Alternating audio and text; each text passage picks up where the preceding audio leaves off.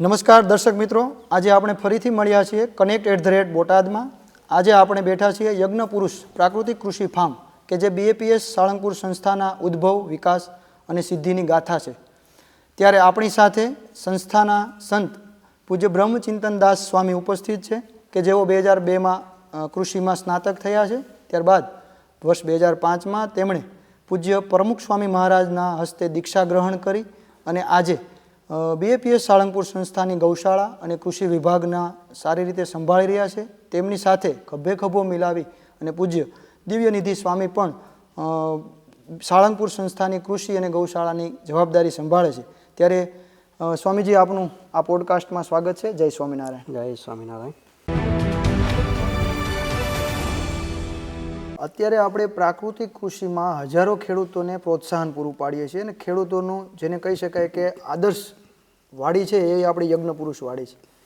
તો આજ સજીવ ખેતીથી પ્રાકૃતિક કૃષિ તરફની આપણી જે યાત્રા છે એના વિશે આપ જણાવો। આપણા ફાર્મની એક વિશેષતા એ પણ છે કે બહાર ગમે એટલી વસ્તુ ઘણી સારી થતી હોય, પરંતુ આપણા ફાર્મમાં આપણે એને R&D કરીએ છીએ।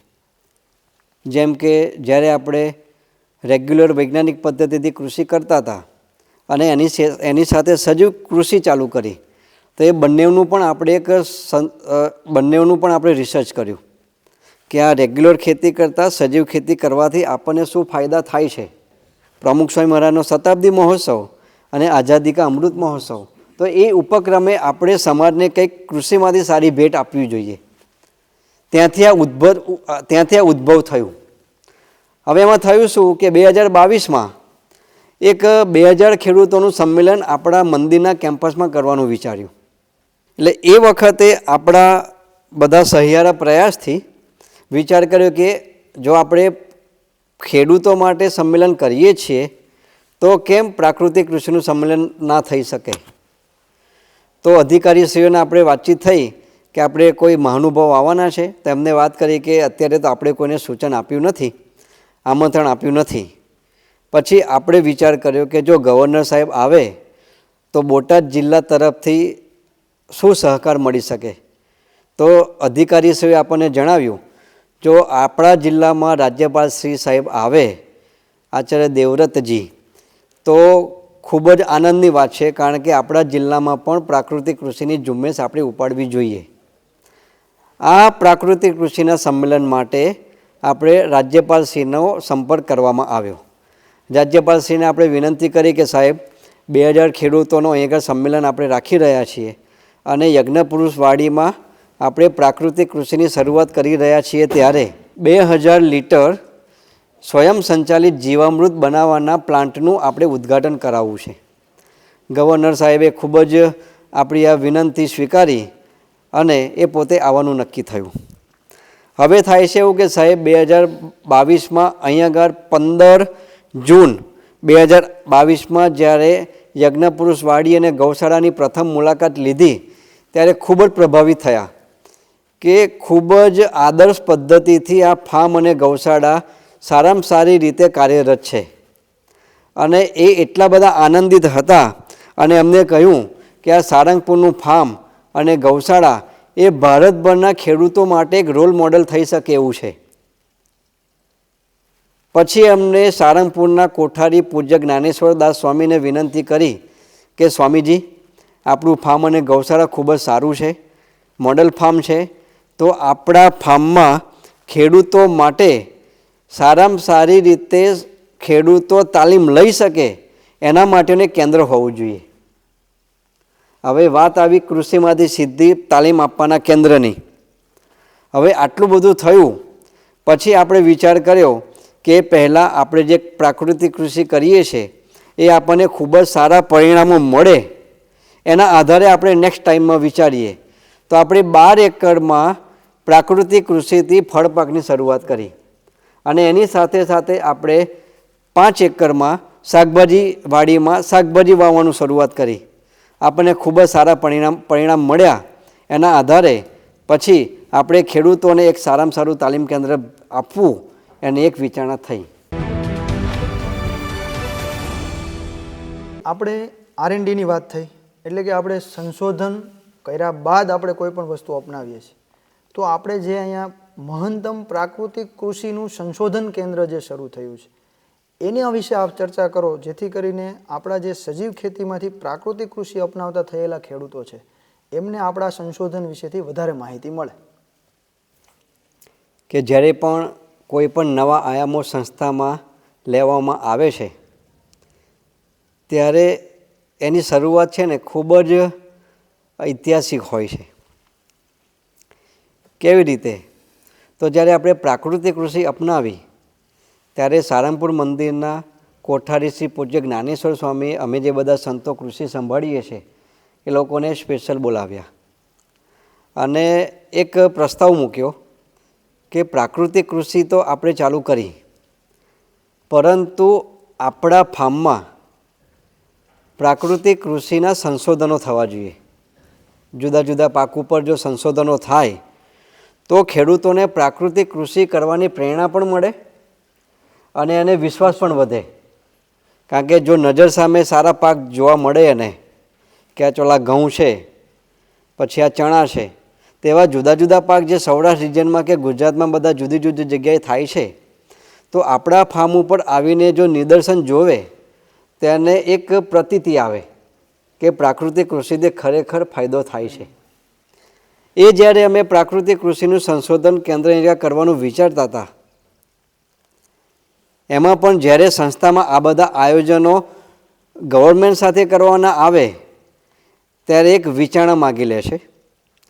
સંશોધન કેન્દ્ર કરવાનું થયું તેની જાણ આચાર્ય દેવવ્રતજી ગવર્નર સાહેબને થઈ અને સાહેબે ખૂબ જ સહર્ષ કહ્યું કે આવું સંશોધન કેન્દ્ર સારંગપુરના ફાર્મમાં થવું જ જોઈએ અને થાય તો જ પ્રાકૃતિક કૃષિનો પ્રચાર અને પ્રસાર ખૂબ સારી રીતે થશે. એ ઉપક્રમે જ્યારે ગવર્નર સાહેબ બીજી વખત 14 જુલાઈ 2023માં જ્યારે સારંગપુરમાં પધાર્યા, તેમાં આવવાનો મુખ્ય ઉદ્દેશ એ જ હતો કે અહીં આગળ આપણે પ્રાકૃતિક કૃષિ જે ચાલુ કરી છે એનું એક અવલોકન થાય. બીજું, 10,000 લીટર સ્વયં સંચાલિત જીવામૃત બનાવવાનો પ્લાન્ટ એમના હસ્તે ઉદ્ઘાટિત થાય. ત્રીજું, કે અહીં આગળ જે મહત્તમ પ્રાકૃતિક કૃષિ સંશોધન કેન્દ્ર આપણે કરવાના હતા એમની હાજરીમાં જ એનું ઓપનિંગ થાય. તો ગવર્નર સાહેબની હાજરીમાં 5 એકર જમીન ઉપર મહત્તમ પ્રાકૃતિક કૃષિ સંશોધન કેન્દ્રની સ્થાપના કરવામાં આવી. આપણે જે મહત્તમ પ્રાકૃતિક કૃષિ સંશોધન કેન્દ્ર છે એમાં કયા કયા પાકોનું આપણે સંશોધન કે પ્લોટ કરીએ છીએ, એ ઉપરાંત કઈ કઈ એવી સુવિધાઓ છે કે જેનો ડાયરેક્ટ બેનિફિટ આપણા ખેડૂતોને મળી શકે એમ છે? આ જે સંશોધન કેન્દ્ર છે ખૂબ જ વૈજ્ઞાનિક પદ્ધતિથી થવું જોઈએ. આપણે મુખ્ય 8 પાકનું વિચારણા કરી કે એવા કયા પાક છે કે ઓવરઓલ ગુજરાતને ફાયદો થાય. અમુક રાજ્યોમાં અમુક પાક પણ થતા હોય એને પણ ફાયદો થાય. તો પછી એમાં આપણે મુખ્ય 8 પાક નક્કી કર્યા.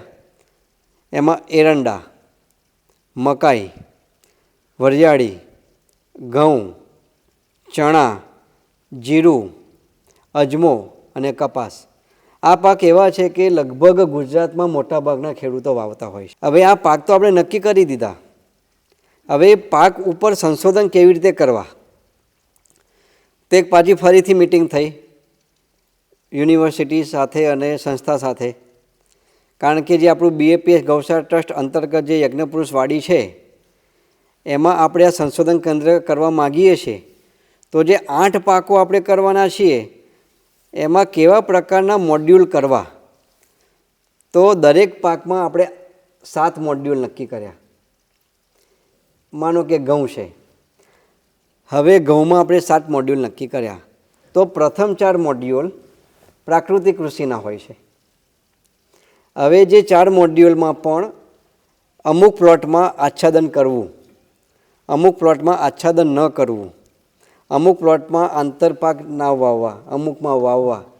એટલે કે એક પ્લોટ છોડીને બીજા 3 પ્લોટમાં કોઈને કોઈ વસ્તુ મિસ કરવી, એટલે કે ના કરવું.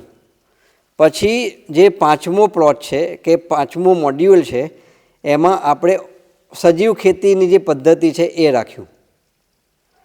પછી છઠ્ઠું મોડ્યુલ છે એ જે આપણી રેગ્યુલર વૈજ્ઞાનિક પદ્ધતિ છે એ પદ્ધતિનું મોડ્યુલ રાખ્યું. અને એના કરતાં પણ વિશેષ એક સાતમું મોડ્યુલ છે એ કંટ્રોલ રાખ્યો. હવે આ જે ઘઉંમાં આપણે આ 7 મોડ્યુલ નક્કી કર્યા એ મોડ્યુલ પ્રમાણે આપણે જ્યારે સંશોધનની શરૂઆત થઈ એ પહેલાં એના જમીનના નમૂના લેવામાં આવ્યા. એ જમીનના નમૂના લીધા પછી એની જે લેબોરેટરી ટેસ્ટિંગના બધા જે રિપોર્ટ આવ્યા એનો ડેટાબેઝ તૈયાર કરવામાં આવ્યો. એના પછી દરેક પ્લોટમાં જે ઘઉંનો ધારો કે વિકાસ થયો, અમુક સમય બાદ એ ઘઉંના ફોટોગ્રાફ્સ છે કે એનું વજન છે, પછી એની અંદર જે એની ટીલરિંગ આવે એનું વજન છે, અમુક પ્લાન્ટના ટોટલ વજન, જે પ્રકારે વૈજ્ઞાનિક પદ્ધતિથી સંશોધન થવા જોઈએ એ જ રીતે BAPS યજ્ઞપુરુષ પ્રાકૃતિક કૃષિ ફાર્મમાં સંશોધન થવાના ચાલુ થયા. પછી શું થયું કે ઓવરઓલ જે પણ મોડ્યુલ છે, ધારો કે મોડ્યુલ 1, મોડ્યુલ 2, મોડ્યુલ 3, 4, 5, 6, 7 દરેકના જે ઉત્પાદનના ડેટા એ કાઉન્ટ કરવામાં આવ્યા. એના પછી પાક પૂરો થયા પછી આ જે જુદી જુદી પદ્ધતિ છે એ પદ્ધતિના જે જમીનના ફરીથી રિપોર્ટ કરાવવામાં આવ્યા. એટલે કે આ એક પાકની જેમ 8 પાકમાં આ રીતે આપણે સંશોધન કરવાનું ચાલુ કર્યું. એના અત્યારે હજુ તો 2 વર્ષ પૂરા થયા, આ 3જું વર્ષ ચાલી રહ્યું છે. એટલા બધા સારા 8 પાકમાં આપણને પરિણામ મળ્યા છે. જ્યારે વૈજ્ઞાનિક રીત પ્રમાણે ઓછામાં ઓછા 3 વર્ષ અને વધુમાં વધુ 5 વર્ષ પૂરા થશે ત્યારે આશ્ચર્યજનક એટલા સારા પરિણામ આવશે કે આ મહંતમ પ્રાકૃતિક સંશોધન કેન્દ્ર છે એ ખેડૂતો માટે એક ખેતી કરવા માટે, પ્રાકૃતિક કૃષિ કરવા માટે એ એક આદર્શ મોડ્યુલ બનશે. આજે આપણે મહંતમ પ્રાકૃતિક કૃષિ સંશોધનની વાતો થઈ. આ સંશોધન કેન્દ્રમાં અન્ય બીજી કઈ એવી સુવિધાઓ છે કે જે આપણે ખેડૂતોને વ્યક્તિગત રીતે દર્શાવી અને એમને સમજૂત કરી શકીએ? અત્યારે પ્રાકૃતિક કૃષિ બધાને આ બધી માહિતી સાંભળ્યા પછી, અમુક ગુજરાતના સારા મોડેલ ફાર્મ જોયા પછી બધાને કરવાની ઈચ્છા તો થાય છે, પરંતુ બધાને જાતે જીવામૃત છે અથવા તો અમુક જે એના આયામો છે જે પ્રાકૃતિક કૃષિના, માનો કે જે પ્રાકૃતિક કૃષિમાં એક જીવામૃત બનાવવાનું આવે છે, ઘન જીવામૃત બનાવવાનું આવે છે, અથવા તેના જુદા જુદા અસ્ત્રો બધા બનાવવાના આવે છે પાક સંરક્ષણ માટે. તો એ કેવી રીતે ખેડૂતો ખૂબ જ ઝડપથી અને એમાં પણ એક સ્વયં સંચાલિત બધું કરી શકે, તો ખેડૂતોને અત્યારે જે એને પણ એના જે ખેત મજૂરો સાથે કામ કરાવવાનું હોય છે એને પણ આ બધું બનાવવામાં સરળતા રહે એની આપણે ઘણી બધી સુવિધાઓ અહીંયા આગળ ડેવલપ કરવામાં આવી છે. એક જીવામૃતનું આપણે દ્રષ્ટાંત લઈએ તો યજ્ઞપુરુષ પ્રાકૃતિક કૃષિ ફાર્મમાં અંતર્ગત 16,000 લીટર જીવામૃત સ્વયં સંચાલિત બને એના પ્લાન્ટ નાખવામાં આવેલા છે. એમાં 10,000 લીટર જે જીવામૃત બનાવવાનો પ્લાન્ટ છે એ આપણે એરોમેટિક અને ઔષધીય પાકો માટે વાપરીએ છીએ. 2,000 લીટર જે જીવામૃત બનાવવાનો પ્લાન્ટ છે તે આપણે શાકભાજી માટે વાપરીએ છીએ. બીજો 2,000 લીટર જે જીવામૃત બનાવવાનો પ્લાન્ટ છે એ આપણે ફૂલ પાક માટે વાપરીએ છીએ. અને બીજો એક હજુ 2,000 લીટર જીવામૃત બનાવવાનો પ્લાન્ટ છે તે આપણે ફળ પાક માટે વાપરીએ છીએ. આમ કુલ ટોટલ મળીને 16,000 લીટર જીવામૃત કેવી રીતે એકદમ સરળ રીતે અને સ્વયં સંચાલિત બનાવી શકાય એવા અહીં આગળ આપણે પ્લાન્ટ બનાવવામાં આવ્યા છે. અમારી સાથે પૂજ્ય દિવ્યનિધિ સ્વામી સેવા કરી રહ્યા છે. એમને ખૂબ જ મહેનત કરીને આ બધા પ્લાન્ટ છે એ સ્વયં સંચાલિત બનાવવામાં એમનો ખૂબ જ સમય અને માર્ગદર્શન આપેલા છે. પ્રમુખ સ્વામી પ્રાકૃતિક કૃષિનું જે તાલીમ કેન્દ્ર આપણે અહીંયા સ્થાપિત થયું છે એની શું શું કામગીરી છે અને એનો લાભ ખેડૂતોને કેવી રીતે મળે છે? પ્રમુખ સ્વામી પ્રાકૃતિક કૃષિ તાલીમ કેન્દ્ર છે, આપણે અગાઉ જોયું કે રાજ્યપાલ સાહેબ જ્યારે પ્રથમ વખત જ આવ્યા કે આપણે અહીં આગળ ખેડૂતો માટે પ્રાકૃતિક કૃષિ તાલીમ કેન્દ્ર કરવું જોઈએ. પછી ફરીથી જ્યારે બીજી વખત આવ્યા 14 જુલાઈ 2023માં, જી ત્યારે પણ જે પાક જોયા બધા અને આપણી સફળતા બધી જે આપણને મળી છે કૃષિમાં, પ્રાકૃતિક કૃષિની, એ જોયા પછી એમને એવો વિચાર આવ્યો કે અહીંયા આગળ તો હવે ફરજિયાત ગુજરાત લેવલનું અને ભારતભરના ખેડૂતો અહીંયા આગળ તાલીમ લેવા માટે આવે એવું પ્રાકૃતિક કૃષિનું તાલીમ કેન્દ્ર થવું જ જોઈએ. હવે જ્યારે બીજી વખત ગવર્નર સાહેબ અહીંયા આગળ પધાર્યા, પૂજ્ય આચાર્ય દેવવ્રતજી, ત્યારે જ્ઞાનેશ્વર સ્વામીને ફરીથી અમને આ વાત મૂકી કે સ્વામીજી, હવે આપણને પ્રાકૃતિક કૃષિમાં ખૂબ જ સારા પરિણામો મળે છે, તો આપણે ખેડૂતો માટે સુવિધા સજ્જ અહીંયા એને ભણવાનું મળે, લાઈવ ડેમોન્સ્ટ્રેશન થાય, રહેવાની સુવિધા હોય, પછી એને અહીંયા જમવાની વ્યવસ્થા થઈ જાય, એ બધી જ સુવિધા સભર એક તાલીમ કેન્દ્રની રચના કરવા માટે સ્વામીજી આગળ પ્રસ્તાવ રજૂ કર્યો. પૂજ્ય જ્ઞાનેશ્વર સ્વામીએ પરમ પૂજ્ય મહંત સ્વામી મહારાજને જ્યારે આની જાણ કરી, ત્યારે મહંત સ્વામી મહારાજે આ વાતને સહર્ષ સ્વીકારી અને આપણી સંસ્થામાં BAPS સારંગપુરમાં પ્રમુખ સ્વામી પ્રાકૃતિક કૃષિ તાલીમ કેન્દ્રની રચના થાય એવી આપણને અનુમતિ આપી. આપણા માટે, બધા માટે ખૂબ જ આનંદની વાત છે, કારણ કે કોઈ પણ એક વસ્તુ આપણે સફળતાપૂર્વક એને ચલાવવું એ પણ એક ચેલેન્જ હોય છે. હવે આ જ્યારે પ્રાકૃતિક કૃષિ તાલીમ કેન્દ્રની રચના તો થઈ ગઈ, તો ખેડૂતોને ફાયદો શું થાય છે? અહીંયા આગળ આવે છે, આપણે 250 એકરમાં પ્રાકૃતિક કૃષિ અત્યારે કરીએ છીએ, જેની શરૂઆત આપણે 12 એકરથી કરેલી. 12 એકરમાં એટલા બધા આપણને સારા પરિણામો મળ્યા, એના આધારે આપણે 250 એકરમાં પ્રાકૃતિક કૃષિની શરૂઆત કરી. એનાથી આપણને ફાયદા એટલા બધા થયા કે ખેડૂતો માટે 250 એકર બહુ જ મોટું ફિલ્ડ મળી ગયું, જુદા જુદા પાકનું, કે આટલા પાક અહીંયા આગળ થાય છે, તો આમાં તો બધામાં સફળતા મળે છે. આ જ્યારે તાલીમ કેન્દ્રનું ઉદ્ઘાટન થવાનું હતું, ત્યારે રાજ્યપાલ સાહેબે આપણને કહ્યું કે મારે આવવું છે ઉદ્ઘાટન કરવા. ત્યારે આપણે સાહેબને વિનંતી કરી, સાહેબ આપ જ્યારે ફરીથી આવવાના છો ત્યારે આવો, ત્યારે આપ અહીં આગળ વિઝિટ લેજો. અત્યારે આપના એકદમ સમય સાથે ચાલતા સ્કેડ્યુલમાં આપણે સ્પેશિયલ આવવાની જરૂરિયાત નથી. તો સાહેબે આપણી વિનંતી સ્વીકારી અને 3 માર્ચ 2024ના રોજ વર્ચ્યુઅલ માનનીય આચાર્ય દેવવ્રતજીએ આ તાલીમ કેન્દ્રનું ઉદ્ઘાટન કર્યું. એમને રૂબરૂ આવવું હતું, પરંતુ આવી શક્યા નહીં, એમના મનમાં ચાલતું હતું. પછી જ્યારે પરમ પૂજ્ય મહંત સ્વામી મહારાજ એ જ વર્ષે સારંગપુરમાં પધાર્યા, ત્યારે સ્વામીજીના આશીર્વાદ લેવા, દર્શન કરવા અને આ તાલીમ કેન્દ્ર જોવા માટે સ્પેશિયલ આવ્યા અને વિશેષ માર્ગદર્શન આપ્યું. આપણે પ્રાકૃતિક કૃષિમાં યજ્ઞપુરુષવાડી અને આપણી BAPS સ્વામિનારાયણ સંસ્થા જે કાર્ય કરી રહી છે, એમાં તાલીમમાં, સંશોધનમાં કે અન્ય જગ્યાએ સરકારશ્રીના વિવિધ વિભાગોનો એમનું શું સંકલન રહ્યું છે, કેવા પ્રતિભાવો છે, અને આપણે કેવી રીતે એમની સાથે તાલમેલ મેળવીને કામ કરીએ છીએ? હવે જ્યારે સહકારની વાત આવે છે, જી, ત્યારે જો બધાનો સહિયારો સહકાર હોય તો જ કામ સારામાં સારું થઈ શકે. અહીંયા આગળ આપણે જે આ પ્રાકૃતિક કૃષિ કરીએ છીએ, પછી સંશોધન કેન્દ્ર થયું, તાલીમ કેન્દ્ર થયું, આ બધા જે આયામો પ્રાકૃતિક કૃષિ ફાર્મમાં થાય છે,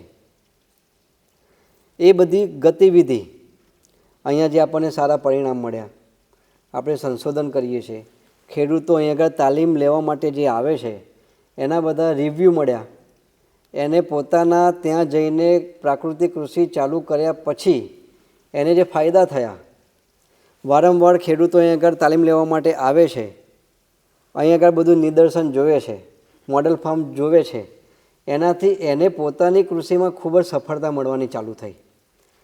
આની જાણ જ્યારે ગુજરાત સરકારને થઈ, ખેતીવાડી ખાતું છે કે ગુજરાત પ્રાકૃતિક કૃષિ વિકાસ બોર્ડ છે, એ બધાને જ્યારે થઈ, ત્યારે એક એવો નિર્ણય લેવામાં આવ્યો કે આપણું જે તાલીમ કેન્દ્ર છે એને નેશનલ લેવલ સાથે જોડવામાં આવે.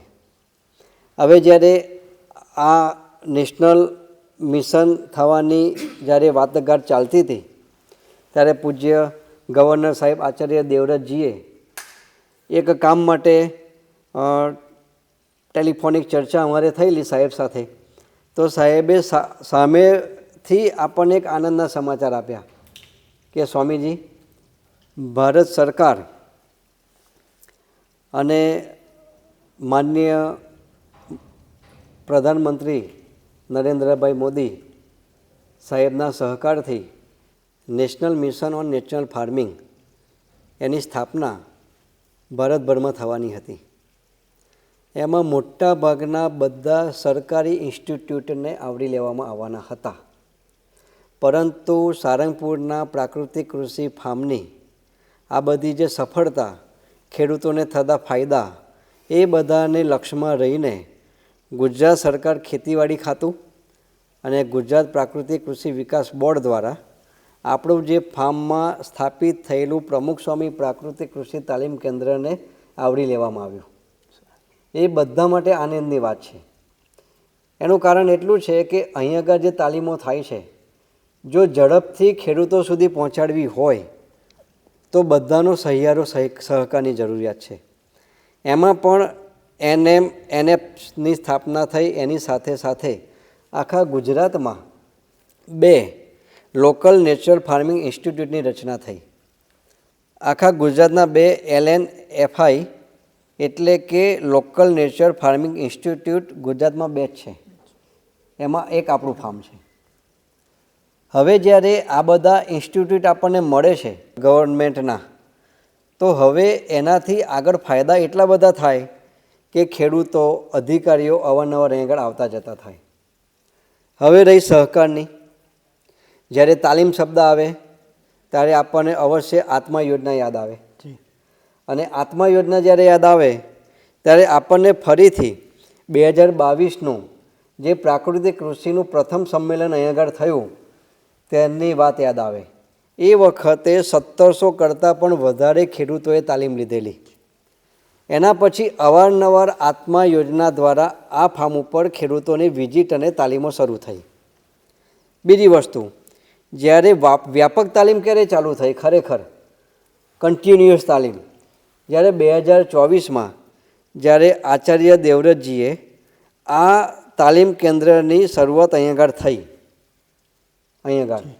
એના પછી જ્યારે નેશનલ મિશન સાથે આને જોડવામાં આવ્યું ત્યારે ખૂબ જ મોટા પ્રમાણમાં અને લાંબા સમય સુધી ખેડૂતોએ ખૂબ જ સારામાં સારી પ્રાકૃતિક કૃષિની તાલીમ લીધી. જ્યારે સહકારની વાત આવે છે ત્યારે વહીવટી તંત્રના સહકારથી સરકારી વિભાગો જેવા કે આત્મા યોજના વિભાગ, બાગાયતી વિભાગ, ખેતીવાડી વિભાગ અને પશુપાલન વિભાગ, એ બધાના સહિયારા વિભાગથી, સહકારથી અહીં આગળ જે પ્રાકૃતિક કૃષિ થાય છે, અહીંયા જે ખેડૂતો આવે છે, જે તાલીમ લે છે, એ લોકોને પણ ખૂબ જ ફાયદો થાય છે. એની સાથે સાથે જે આપણું આખું જે ગુજરાત રાજ્યના જે બધા વિભાગો છે જે આના સાથે ડાયરેક્ટ સંકલનમાં છે, એના સહકારથી પણ આપણી જે પ્રાકૃતિક કૃષિનો પ્રચાર અને પ્રસાર ખૂબ જ સારી રીતે થાય છે. તો આ બધા જ જે સહકારના જે વિભાગો છે એનો ખૂબ જ અંતઃકરણપૂર્વક આપણે આભાર માનીએ છીએ. આપણે બાગાયતી પાકોની ખૂબ વ્યાપક પ્રમાણમાં અહીંયા ખેતી કરીએ છીએ. તો આપણા કેટલા વિસ્તારમાં બાગાયતી કે અન્ય પાકો થાય છે એ અને એના કેવા અનુભવો રહ્યા છે એની આપ વાત ખેડૂત મિત્રોને કે દર્શક મિત્રોને કરશો. જ્યારે પ્રાકૃતિક કૃષિની આપણે શરૂઆત કરી ત્યારે 12 એકરમાં આપણે જુદા જુદા અખતરા કર્યા અને એના સારા પરિણામના કારણે આપણે ટોટલ 250 એકરમાં પ્રાકૃતિક કૃષિ કરવાનું ચાલુ કર્યું. વાત આવે છે બાગાયતની, તો અહીં આગળ આપણે 40 એકરમાં બાગાયતી પાક આપણે કરીએ છીએ. એની સાથે સાથે બાગાયતી પાકોમાં આપણે જ્યારે પહેલી વખત ચાલુ કર્યું ત્યારે સીતાફળમાં ખૂબ જ સારા પરિણામ મળ્યા. સીતાફળમાં બીજા વર્ષે આપણને જામફળમાં ખૂબ જ સારા પરિણામ મળ્યા. પછી જેટલા બાગાયતી પાકો આપણે કરીએ છીએ, જામફળ છે, સીતાફળ છે, અંજીર છે, પછી દાડમ, જામફળ, સેતુર, એ જે જુદા જુદા પાકોમાં આપણને ખૂબ જ સારા પરિણામ મળ્યા. એના પછી એક ખૂબ જ સારો પાક જે આપણે કમલમ તરીકે ઓળખીએ છીએ, એ કમલમ પાક આપણે 1 હેક્ટરમાં કરવાનું વિચાર્યું. હવે બાગાયત ખાતાના જે બધા અધિકારીઓ છે, આપે પણ ઘણી વખત અહીં વિઝિટ કરેલી છે. 1 હેક્ટર ડ્રેગન ફ્રૂટ એટલે કે કમલમ વાવવાનું આપણે નક્કી કર્યું ત્યારે કઈ પદ્ધતિ અપનાવવી? તો આપણે એને ગોળ પાઇપ પદ્ધતિ અપનાવી. રિંગ બધા કરતાં જે વાપરે છે એના કરતાં મોટી કરી, 4 ફૂટની કરી. આપણે ડ્રીપ ઇરિગેશન સિસ્ટમ સાથે આ કમલમ ફ્રૂટ વાવ્યા. એ વખતે આપણને એવો વિચાર આવ્યો કે ઉનાળામાં જ્યારે સારંગપુરની આપણી જે ગરમી છે ખૂબ જ હોય છે, અને ઉનાળામાં કમલમ પાકને બચાવવા માટે આપણે શું પ્રયાસ કરી શકાય? તો ડ્રેગન ઉપર આપણે પપૈયા વાવ્યા. એટલે એક રીતે વિચાર કે 3 લેયરમાં પાક કર્યા. ઉપર પપૈયા, નીચે કમલમ ફ્રૂટ અને એની નીચે હળદર. તો આ 3 પાકમાં આપણને ખૂબ જ સારી સફળતા મળી. પપૈયા પણ ખૂબ જ સારા થયા, નીચે હળદર પણ ખૂબ જ સારી થઈ. અને જે કમલમ પાક છે એનો ગ્રોથ એટલો સરસ થયો પ્રાકૃતિક કૃષિની બધી જુદી જુદી ટ્રીટમેન્ટથી. આપણા જે પ્રાકૃતિક કૃષિના જે આયામો છે, મુખ્ય 5 આયામો, જીવામૃત અને ઘન જીવામૃત, પછી બીજામૃત, આચ્છાદન, વાપસા અને સહજીવન મિશ્ર પાક પદ્ધતિ, આ 5 આયામોનો આપણે નિયમિત અને વ્યવસ્થિત એનો અમલ કર્યો. એના કારણે આપણને ખૂબ જ સારા પરિણામો મળ્યા. બીજા જ વર્ષે જ્યારે 2 વર્ષ પણ પૂરા થતા નહોતા, 18 મહિને આપણને ખૂબ જ સારી ક્વોલિટીના અને એકદમ રસાળ કમલમ ફ્રૂટ આપણને મળવાના ચાલુ થયા. એટલે બાગાયતમાં એક આ કમલમ ફ્રૂટ આપણને ખૂબ જ સફળતા આપી ગયું. પપૈયા પણ ખૂબ જ સારા થયા. એટલે જેટલા પણ આપણે બાગાયતી પાક કર્યા એ બધામાં આપણને ખૂબ જ સારામાં સારા પરિણામ મળ્યા. કમલમનું આપણે વજન વિચારીએ એક ફ્રૂટનું તો 350, 400, 450થી માંડીને 750 ગ્રામ સુધીના કમલમના વજન નીકળ્યા, સિંગલ ફ્રૂટ. હવે જ્યારે સીતાફળના એક ફ્રૂટનું વજન કર્યું તો 450 ગ્રામ, જે બાલાનગરી વેરાયટી છે એનું. અત્યારે આપણે જમીનમાં અને વાતાવરણમાં પ્રાકૃતિક કૃષિના કારણે એટલું બધું સારું માઇક્રોબિયલ એન્વાયરમેન્ટ થઈ ગયું છે, એના કારણે આપણે ખૂબ જ ઓછા પ્રમાણમાં પાક સંરક્ષણની જરૂર પડે છે. ઓટો સિસ્ટમ થઈ ગઈ, જે આપણી જે ભગવાને જે પ્રકૃતિની જે સિસ્ટમ ગોઠવેલી છે એ બધી અહીં આગળ સ્થાપિત થઈ ગઈ. એના કારણે આપણને ખૂબ જ સારા પરિણામ મળવાના ચાલુ થયા. તદુપરાંત આપણે ઘાસચારાના પાકો વાવીએ છીએ. ઘાસચારામાં જુવાર, મકાઈ, રચકો અને ગજરાજ. એ ઉપરાંત આપણે સુગંધિત અને ઔષધીય પાકો પામારોજા પાક આપણને એટલો બધો આશીર્વાદરૂપ નીવડ્યો છે કે એનું તેલ નીકળી ગયા પછીનું જે ઘાસ વધે છે એને આપણે આચ્છાદન તરીકે વાપરીએ છીએ. પામારોજા પાક છે એનું સંપૂર્ણ યુટિલાઇઝેશન થાય છે. પામારોજા પાકમાંથી જ્યારે સુગંધિત તેલ નીકળ્યા પછીનું જે ઘાસ છે એને આપણે આચ્છાદન કરીએ છીએ. એ ઘાસ જ્યારે આપણે બળતણ તરીકે વાપરીએ છીએ, એમાંથી જે રાખ થાય છે એને આપણે ખાતર તરીકે વાપરીએ છીએ. એટલે કે પામારોજા પાક વાવ્યા પછી પણ એનું જ્યારે સંપૂર્ણ કાર્ય પૂરું થાય છે ત્યાં સુધીનું આપણે યુટિલાઇઝેશન આપણી ખેતીમાં કરીએ છીએ. એટલે 0 વેસ્ટ એનર્જી દ્વારા આ પામારોજા પાક અહીંયા આગળ સફળતાપૂર્વક ઊભો છે. એની સાથે સાથે આપણે ફૂલ પાકો, ગુલાબ, મોગરા, હજારી, ગેલાડિયા, રજનીગંધા વગેરે ફૂલ પાકો આપણે વાવીએ છીએ. એની સાથે આપણે શાકભાજી પાકો, આપણને બધાને આશ્ચર્ય થશે કે સરગવો, તરબૂચ, દૂધી, રીંગણ જેવા 22 કરતાં પણ વધારે સફળ પાકો પ્રાકૃતિક કૃષિથી આપણે કરીએ છીએ. 22 કરતાં પણ વધારે પાકો આપણને સફળતા આપી ગયા છે એક આ પ્રાકૃતિક કૃષિના કારણે. કઠોળ પાકમાં તો આપણે વધારે પાક કરતા નથી, પરંતુ તુવેર, મગ અને અડદ એનો ઉપયોગ આપણે ગાય માતાના આહાર તરીકે પણ ભવિષ્યમાં જ્યારે પાકે પછી કરીએ છીએ. જ્યારે તુવેર થાય તો એને આપણે એને જે દાણ બનાવવામાં, પછી જ્યારે મગ થાય એને પણ આપણે ખૂબ જ સારી રીતે એની ઔષધિઓમાં, પછી અડદ થાય એને પણ આપણે ગાયોના ઘાસ એટલે કે દાણ તરીકે આપણે વાપરીએ છીએ.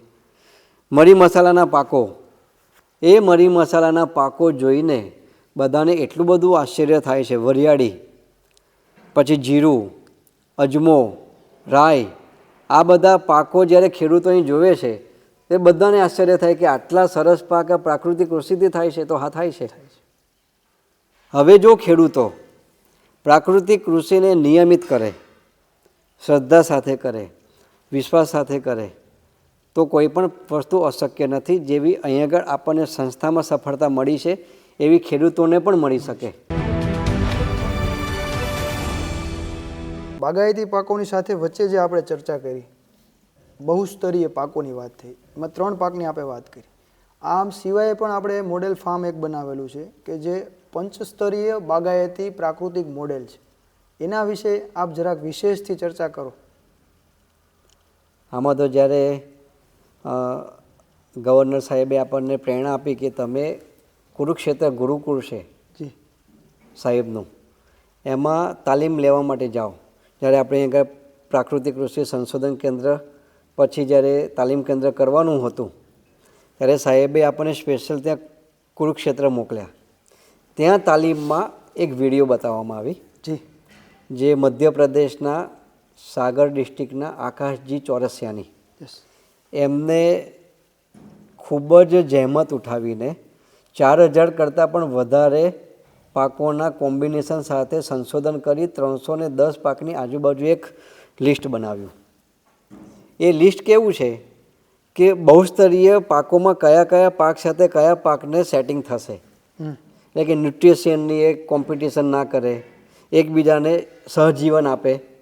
આપણે હમણાં આયામમાં જોયું ને કે સહજીવન મિશ્ર પાક પદ્ધતિ, તો એવા પાક એમને સંશોધિત કર્યા કે એકબીજા સાથે એને મિત્રતા રહે. હવે અમે જોયું તો ખરું ત્યાં તાલીમ કેન્દ્રમાં આ વિડીયો. પછી આપણા સંતોના સહયોગથી આકાશજી ચોરસિયાનો સંપર્ક થયો. એમના ત્યાં અમે મધ્યપ્રદેશમાં સાગર, જ્યાં તેઓ પોતે ખેતી કરે છે, તો એની બધી અમે મુલાકાત લીધી. અમને ખૂબ જ આનંદ થયો અને સફળતાપૂર્વક જે મલ્ટી લેયર છે બહુસ્તરીય મોડેલ, એ જોઈને આપણને વિશ્વાસ આવ્યો કે આપણે અહીં આગળ કરવું જોઈએ. એના પછી એ પોતે અહીં આગળ આવ્યા અને ખેડૂતોને જાતે એમને તાલીમ આપી કે કેવી રીતે આપણે મલ્ટી લેયરનું મોડેલ ઊભું કરી શકીએ. જાતે એમને વાંસ ખોળ્યા, તાર બધા ખેંચ્યા, જે એને પોતે પદ્ધતિ વિકસાવી છે એ વિકસાવેલી પદ્ધતિનું અહીં આગળ 1 એકરમાં એણે મોડેલ તૈયાર કર્યું, ખેડૂતોને તાલીમ આપી. આપણે પણ પંચસ્તરીય પાક વાવવાની જ્યારે શરૂઆત કરી તો આ વર્ષે આપણે 3 પાક વાવ્યા. શરૂઆત એવી હોય છે કે જ્યારે હળદર વાવવાની હોય માર્ચ એપ્રિલમાં થોડીક વહેલી વાવી દેવાની હોય છે. જ્યારે માર્ચ એપ્રિલમાં આપણે જ્યારે હળદર વાવી એની સાથે સાથે ધાણા વાવી દેવાના. જ્યારે ધાણાનો પાક 25 દિવસે પૂરો થાય ત્યારે હળદરનું જર્મિનેશન થાય, એટલે ધાણાનો ઓલરેડી એક પાક પૂરો થઈ ગયો. હવે હળદર ઉગી ગઈ. એ વખતે આપણે શું કર્યું કે કારેલા વાવ્યા, ક્રીપર અને પપૈયા. હવે ક્રમ એવો હોય કે આપણે જો પંચસ્તરીય મોડલની જો સમજૂતી લેવી હોય ને તો પપૈયા સૌથી પહેલાં આવે વર્ટિકલ, પછી હોરિઝોન્ટલ કોઈ પણ વેલાવાળા શાકભાજી આવે.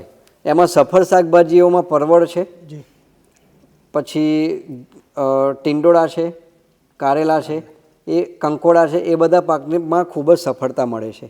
તો અહીં આગળ આપણે કારેલા વાવ્યા, એટલે પપૈયા, કારેલા, હળદર, નીચે ધાણા. આપણે થાય કે 4 જ પાક કેમ થયા, પરંતુ સાઈડમાં જે આખું જે બાંબુની જે લાઈન આવે છે એમાં આપણે કાકડી વાવવાની હોય છે. આપણે પંચસ્તરીય મોડેલ ચાલુ કર્યું, 3 પાકમાં આપણને સંપૂર્ણ સફળતા મળી. એ વખતે આપણે 3થી ચાલુ કર્યું છે. હવે આ વર્ષથી આપણે 5 પાક પંચસ્તરીય મોડેલમાં લેવાના ચાલુ કરવાના છે. સ્વામીજી, આપણું જે આ યજ્ઞપુરુષ વાડી એટલે કે યજ્ઞપુરુષ પ્રાકૃતિક કૃષિ ફાર્મ જે છે એનું ભવિષ્યનું શું દૃષ્ટિકોણ છે, અને આપ આજના પોડકાસ્ટના અંતમાં શું સંદેશો આપવા માંગો છો? કે પ્રધાનમંત્રી શ્રી નરેન્દ્રભાઈ મોદી અને રાજ્યપાલ શ્રી આચાર્ય દેવવ્રતજીના પ્રાકૃતિક કૃષિ જન અભિયાન એટલે કે આંદોલનના આ જે એમનું જે વિઝન છે કે ભારત દેશના તમામ ખેડૂતો પ્રાકૃતિક કૃષિ કરતા હોવા જોઈએ, એમનો વિઝન છે, એમનો સંકલ્પ છે, એમનો આ સંકલ્પ છે. એ પૂરો કરવા માટે આપણું આ જે પ્રાકૃતિક કૃષિ ફાર્મ છે એ કાયમ માટે કટિબદ્ધ છે. અને આપણે બધા જોઈ પણ રહ્યા છીએ કે ઘણા બધા ખેડૂતો અહીંયા આગળ જ્યારથી પ્રાકૃતિક કૃષિ તાલીમ કેન્દ્રની શરૂઆત થઈ એના પછી 2000 કરતાં પણ વધારે ખેડૂતો તાલીમ લઈ ચૂક્યા છે. પરિણામ પણ સારા મળે છે. એટલે આપણો જે આ દૃષ્ટિકોણ છે એવો હોવો જોઈએ કે ખેડૂતો માટે જે અહીંયા આગળ પ્રાકૃતિક કૃષિ આપણે કરીએ છીએ, બધા સંશોધનો કરીએ છીએ, એ ખેડૂતો સુધી ખૂબ જ ઝડપથી પહોંચે, ખેડૂતો આ ખૂબ જ ઝડપથી અપનાવે અને એની કૃષિમાં એ સફળતા મેળવે. એક આપણો દૃષ્ટિકોણ છે. બીજું સંદેશ એવો છે કે આખું ભારત જો પ્રાકૃતિક કૃષિ કરે તો આપણી જે જમીન છે, આપણું જે વાતાવરણ છે, એ પાણી છે, એનું રક્ષણ થાય. બીજું, ખેડૂતો ઝેરમુક્ત ખેતી કરતા થાય તો દેશ રોગમુક્ત થાય અને રોગમુક્ત આપણી જે જનતા તૈયાર થાય તો આપણું જે ભારતનું જે ભવિષ્ય છે એ ભારતનું ભવિષ્ય ઉજ્જવળ છે. આપણે ઘણા બધા ક્ષેત્રે ખૂબ જ પ્રગતિ કરી છે, તો પ્રાકૃતિક કૃષિનો આપણે જો વ્યાપ અને વિસ્તાર વધારવો હોય તો ખેડૂતો જાગૃત થવા જોઈએ. જ્યારે આચાર્ય દેવવ્રતજી ગવર્નર સાહેબ બીજી વખત 14 જુલાઈ 2023ના દિવસે આવ્યા ત્યારે પરમ પૂજ્ય મહંત સ્વામી મહારાજે એ જ આશીર્વાદ આપેલા અમેરિકાથી લેખિતમાં કે પ્રાકૃતિક કૃષિ આખા દુનિયાભરમાં ખૂબ જ વ્યાપ થાય અને પ્રાકૃતિક કૃષિ આખા દુનિયાભરમાં ભારતથી ખૂબ જ પ્રચલિત થાય, કારણ કે પ્રાકૃતિક કૃષિ એ ભારતની ધરોહર છે.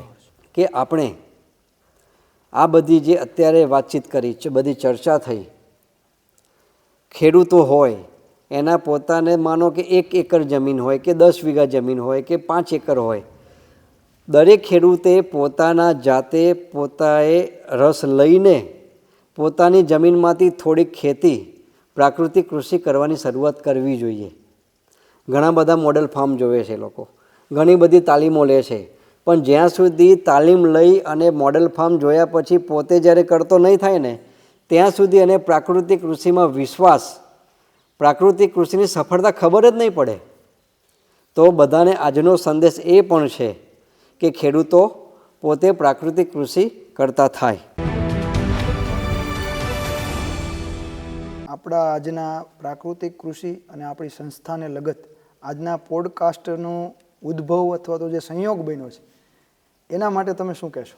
આપણું જે બોટાદ જિલ્લા જે છે એના કલેક્ટર શ્રી જી એમના દ્વારા સંદેશ આવ્યો કે ખેડૂતો માટે આ પ્રાકૃતિક કૃષિનો પોડકાસ્ટ થવો જોઈએ, જેના કારણે ખેડૂતોને પ્રાકૃતિક કૃષિની પ્રેરણા મળે.